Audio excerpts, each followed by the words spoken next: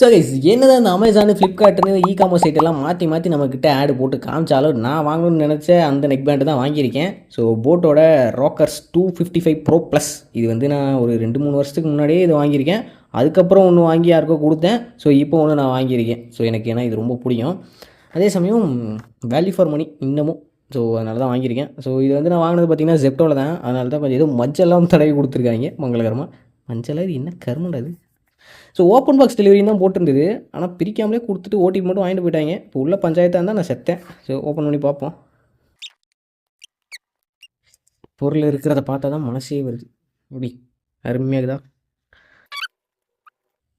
இப்படி முடிச்சு வச்சா வயிறு அந்த போயிடாது. ஸோ நெக் பேண்டு அவ்வளோதான். ஸோ இதில் நமக்கு 1 இயர் வாரண்ட்டி இருக்கும். எனக்கு தெரிஞ்சு அன்கண்டிஷனல் வாரண்ட்டி கேஸ் போட்டில் இது வரைக்கும் நான் வாங்கினது கூட. ஒரு வருஷத்துக்கு கடைசி ஒரு நாள் இருக்கும்போது வேலை செய்து நின்றுச்சுன்னா கூட நீங்கள் வந்து போட்டோட வாரண்ட்டியில் ரீப்ளேஸ்மெண்ட்டே கொடுத்தாங்க எனக்கு இதுக்கு முன்னாடி வரைக்கும். இப்போ சர்வீஸ் எப்போ இருக்குன்னு தெரில. இவ்வளோதான் நமக்கு பாக்ஸ் கண்டென்ட்ஸு, கேபிள், எக்ஸ்ட்ரா ஏர் டிப்ஸு, அப்புறம் ப்ளூடூத்து.